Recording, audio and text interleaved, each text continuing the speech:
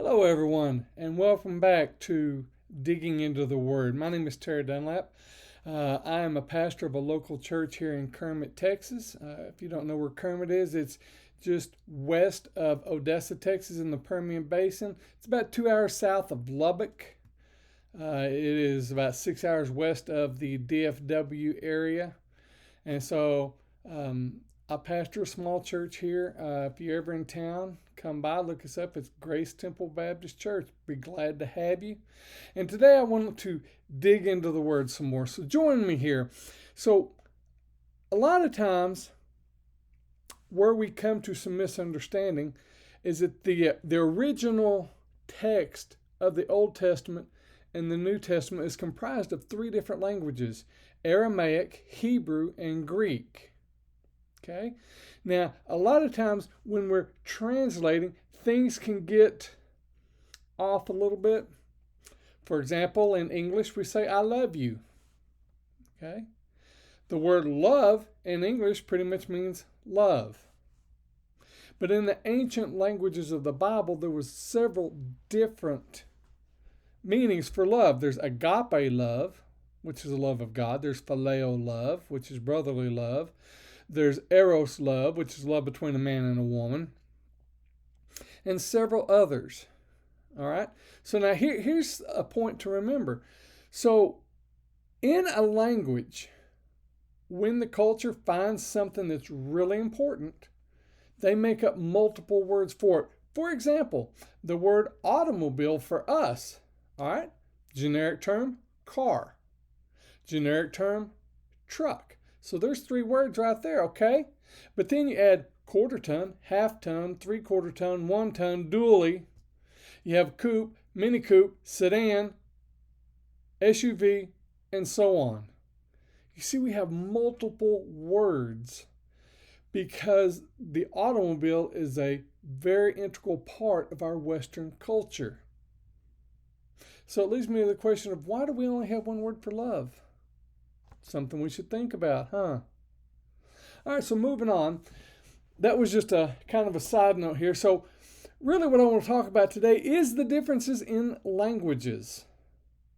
As I said, in English we say I love you. In another language, if we were to translate it, more comes across, you are loved. Okay? So a lot of times when we look at Scripture, it can be just a matter of the idioms or whatever that's just a little bit different. And I want to take one example here. Luke 14:26, Jesus says, if anyone comes to me and does not hate mother and father, wife, children, brothers and sisters, yet even their own life, such a person cannot be my disciple. Okay, Jesus uses the word hate here as told by Luke. But then we see in Matthew where he records the saying a little differently. He says, anyone who loves their father or mother more than me, more than me, is not worthy of me. We see that in Matthew 10:37. So one uses the word hate, which in our language is pretty strong, and the other says, love me more than. So there's not really any hate or animosity there, is there? So what's the difference here? So these two statements, they don't mean the same thing in English, okay? In English, to hate is not the same as to love one less. Okay? But let's dig into this a little bit. See, when I say that I love one thing less than something else, for example, I love my cat less than I love my wife, it doesn't mean I don't love my cat or I don't love my wife. All right, by the way, when it comes to cats, I would use the word hate. I'm not a cat person. I'm a dog person. All right? But see, one likely explanation is this. Luke, who wrote his first language was Aramaic. And then he had some writings in the Greek, whereas Matthew only spoke Greek. So there could be a little bit of a translation in there in the way they look at those words. All right? Something else to consider was, who was the audience to which this was being written? And we'll cover that in another time. But it's safe to say that Matthew, Mark, Luke, John, each kind of sculptured their story to a little different audience. And as such, may have used different verbiage, also being in a different language, different culture. It's going to come across different. But this does not mean it's a contradiction. Jesus is saying that we are to love him first and foremost. Okay? Usually we think of it like this: Jesus first, others second, me third, right? No, it's more like this: Jesus first, first, and then way down here in a second is others, me, and so on, right? We're to love Jesus so much that the others don't even compare. They pale by comparison. So I want you to think about this the next time you read a scripture and it doesn't sound maybe quite right. Here's what I want you to do. Dig out a concordance. Okay? Dig out a Bible dictionary. Dig out a commentary.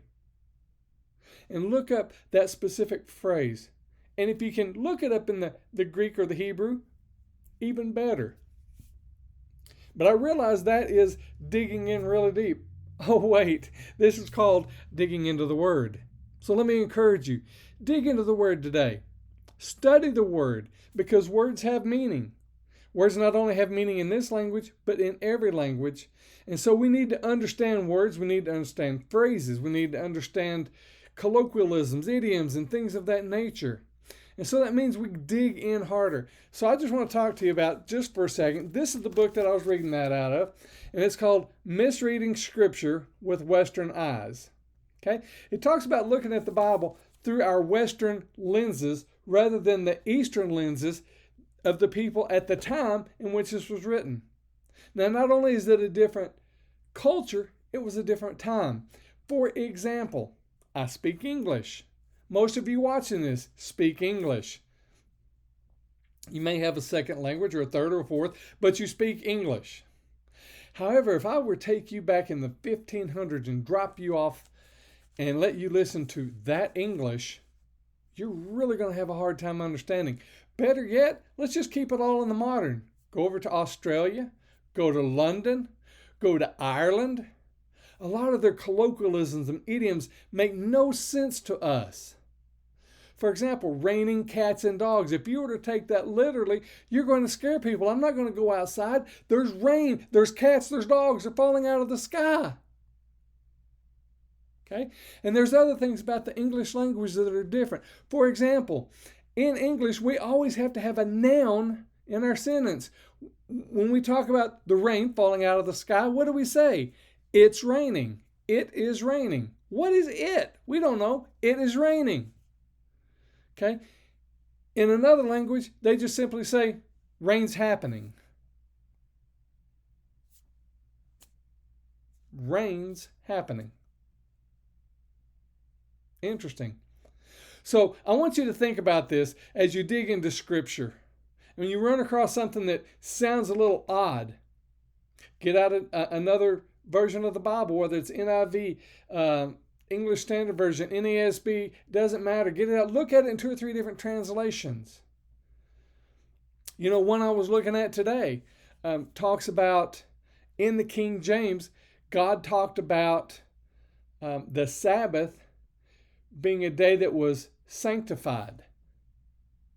In other translations, the word is made holy. So what I do, I got out my Bible dictionary and I looked that up. And it's rather interesting when you dig into that word, sanctified. It doesn't just mean holy, but it means set apart as being holy. So when God sanctified the Sabbath, he set it apart as a holy day, the first ever holy day. I think that's very important. And maybe we'll come back to the topic of the Sabbath at some point. But it is certainly worth digging into. So until next time, be blessed.